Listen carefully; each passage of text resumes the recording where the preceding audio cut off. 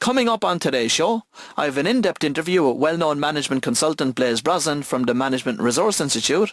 Blaise, the reason I've asked you to come into the studio this morning to chat to me is because I wanted you to share your insights and advice with business people across the Southeast on how not just to survive 2013, but to thrive in 2013? Yeah, an interesting question. I suppose the first thing to do is to be honest and clear about where the business is at the moment in relation to its position in the market, I suppose, its balance sheet and that, because one has to know where one is moving from before you can move to somewhere else.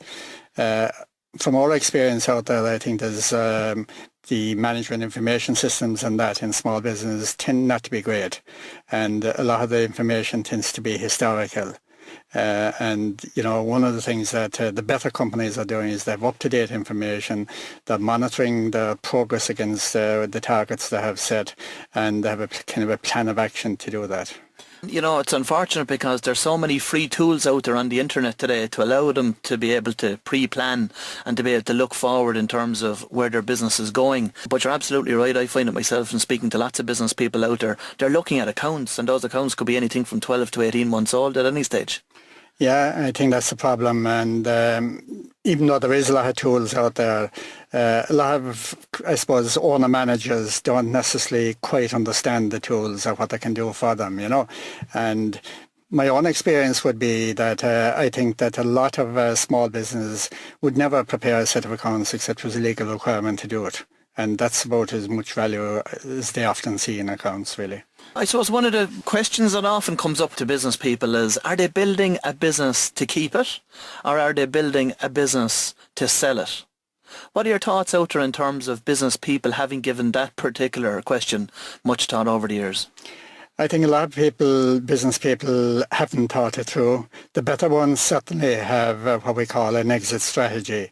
And I think it's very important to have an exit strategy, because if you're building a business to sell it, you'll obviously manage that business quite differently than if your exit strategy is maybe to move it on to the next generation, or if you want to maybe just close the door at the end of the day and just make a salary. So I think the exit strategy, clarity about the exit strategy is actually so important, because a lot of decisions that will be made further back are dictated by that. Explain to me the difference between running a business, let's say, that you want to build to keep versus a business that you're building to sell. Yeah, I think if you're building a business that you want to sell, I was at a board meeting today now of a company, and they're building that business to sell within 5 years. Now, the difference between them and, say, somebody that was building a business just to keep is that they're driving that business on at pace. They're taking probably some chances, but they're also exploiting whatever opportunities are out there. And I wouldn't say they're going for broke, but they're certainly putting a lot of momentum, a lot of investment in behind it. And, you know, they'd be expecting one big payday somewhere along the way. You're certainly involved with lots of the enterprise boards across the country in delivering management development programs to lots of their clients, and also providing mentoring through those networks. During 2012, what came to light to you that was new, let's say, that you hadn't seen in years previous to that? I suppose we're 3 or 4 years into kind of the bad cycle at the moment, right? And a lot of, I think, owner managers in their own heads are kind of defeated in some ways, right? There's a kind of a lack of energy there, in the sense of it's all about survival. Can we make next week's payroll, basically, right? And it's only really when they can get out of that cycle and kind of look forward a small bit in relation to what the opportunities, emerging opportunities are. I think it's when that cycle will start that we'll start to see progress.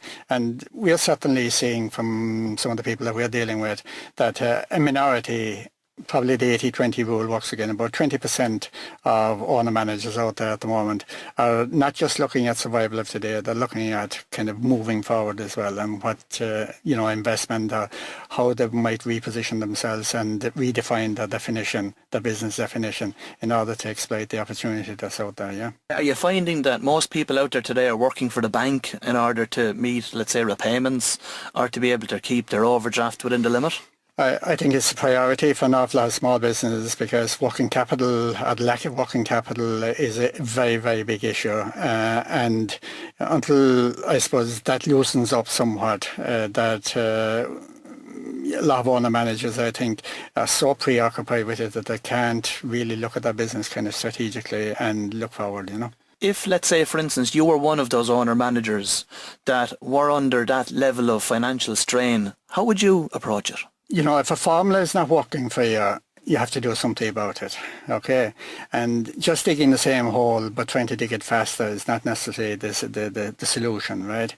And, you know, one has to look at one's own business and say, is there something I can do slightly differently that will give me an edge somewhere, that will give me maybe a better return or, you know, kind of freshen the thing up somewhat. You know, one needs to stand out from the crowd in some shape or form. In management terms, we call that differentiation. But in reality, what that means is doing something that's kind of perceived to be different that has value to the customer. And I think one needs to look outside one's own business a bit rather than just kind of about survival. I think one has to kind of go beyond the survival thinking mode somewhat. So you're looking at things like maybe reducing some of the features or benefits of some of the products or services, and maybe in addition to that looking at maybe an alternative or range of services being offered by the company itself? Yeah, I think one has to kind of freshen up that offering to the market, right?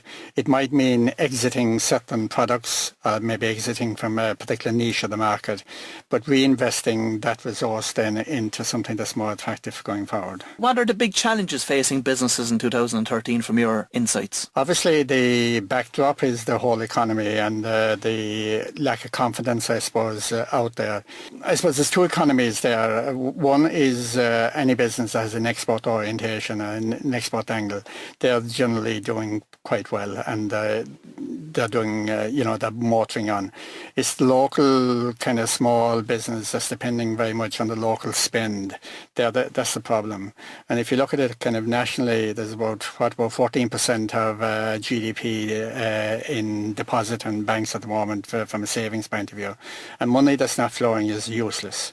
But money won't flow until people are a bit more confident that tomorrow won't be worse than yesterday. And I think there's some indicators out there that, you know, that tomorrow will be better than yesterday in the global sense. And I think that will percolate eventually down to the ground, yeah. As you know, over 90% of the businesses across the country are service-based businesses with less than 10 people employed, and that would reflect well as well in terms of the business environment in County Wexford. If I was to put you into any one of those service-based businesses across County Wexford with less than 10 employees, Blaise, what would the first week of your work there look like? I suppose the first thing one would do is to have a look at what they're actually doing and where they're positioned in the market, right? And then decide very quickly about, can I gain an edge somewhere, you know, by a different offering or presenting my proposition in some shape or form, right? Then looking at the cost base, because one's cost base obviously has to be less than the revenue base. Otherwise, you don't have a surplus. And if you don't have a surplus, you'll never get out of the vicious circle, right? It's not necessarily about the number of jobs you have. It's about the unit cost of delivering whatever product or service that one is doing. And because the environment is quite competitive, one has no choice but to get that unit cost down. And whatever efficiencies have to be implemented, I think one has to be confident enough to go after those efficiencies irrespective. You mentioned there that you need to define your position in the marketplace. How do you do that? One has to be clear, I think, about who's your customer, who's your target customer. And I think one of the biggest weaknesses with small business is they try to be all things to all people. When I often advise people to maybe get out of a particular bit of the market or drop certain customers or whatever, and they're horrified. They say, I can't do that. But in reality, all small businesses have scarce resources. And if you're spreading your scarce resources too thinly by doing lots of different things, you're not getting much anchorage anywhere, and you're not creating kind of the efficiencies that are required in order to get that unit cost down. So are you saying to me that the days for generalists are gone? I think there'll always be room for generalists, but I think there's more opportunities for kind of more specialist, niche-y kind of operators who understand that niche. And really it's about becoming a bigger fish in a smaller pond than a small fish in a bigger pond, I think. Do you think that the owner-managers in businesses across the country are well equipped from a marketing perspective to be able to go out there and communicate their message clearly to their target market? I think it varies a lot depending on where the owner manager has come from. If he or she has come from a production type of background or from an accounting background or that kind of operational background, many of them are not that well equipped. They don't necessarily have the flair for the marketing situation, right? But I think it's not rocket science either. We can all kind of acquire the skill base that's required for that. And we would find a lot of the participants in the owner management development program now, they wouldn't necessarily be marketing people or whatever, but they can acquire enough skill to kind of understand the dynamic of the market and how one should present and more precisely present their proposition to the customer so that they have an advantage. And I think the other probably big weakness is that pricing. I think pricing, everybody talks about, this race to the bottom and all that kind of stuff, right? But the better operators are actually standing out from that race a small bit. And they're stiffening their price, but the talk about value is distinct from just price per se. And I think that's very important, Okay, explain to me how a company could go about doing that. Well, obviously, if you're focusing on value as distinct from price, you have to match the market that bit better, where somebody appreciates the value that you're bringing, the package that you're bringing to them, and, you're supporting that with a more of a appropriate, I think, pricing situation that will allow you to have a margin, because in business, if you don't have a margin, at the end of the day, you won't have a business. And the only reason anybody should be in business is to create wealth for themselves, either in the short term or the long term. And you'll never do that if you can't get your margin, if you can't get your revenue base higher than your cost base. Lots of accountants I speak to have said that most of their clients over the last number of years have survived on the VAT element. Yeah, that's very dangerous because that's false working capital availability, really, and that's really only deferring the bad day, I think, I think the day that any small business misses its payment of VAT or PAYE or whatever, right, it takes the pressure off for that week or that month or that quarter or whatever, but they're really building liabilities for further down along the way. And generally it tends to get worse rather than better. And there's always kind of, I suppose, critical indicators in a business. And I think missing those kind of tax deadlines is always a very poor indicator. Do you find that key performance indicators are in place in most businesses that you go and visit? I'd say in lots of small businesses, formally not. No, those indicators would be in people's heads and that, but the better ones certainly have them. And they don't have 100 of them. They have 3 or 4 kind of real critical ones that they work around and they manage their business around and they monitor their progress against those. Sitting here today, what advice would you give to business owners out there in relation to KPIs? What are the critical ones that they should have? Well, obviously sales, they should have a KPI in relation to sales. I think purchasing. I think purchasing is actually done badly in relation to raw materials and the inputs into business, right? I think there's a lot of orders being placed, but not necessarily purchasing, right? If you look then at pricing, I think there should be a KPI in relation to pricing. And if you look at the main kind of cost base, whether if it is a labour-intensive type of business, continue to monitor labour as a percentage of sales is a KPI, right? Whatever the other cost bases are, there should be 3 or 4 of those, and one should lay out those in a kind of a matrix and measure those on a weekly or monthly basis. Obviously, the other one then would be the kind of the ratio, we'll say, trade creditors to debtors. Because the implication of that from the working capital point of view is quite critical, Credit terms out there today are certainly something that have been extended and extended. Where do you think that's all going?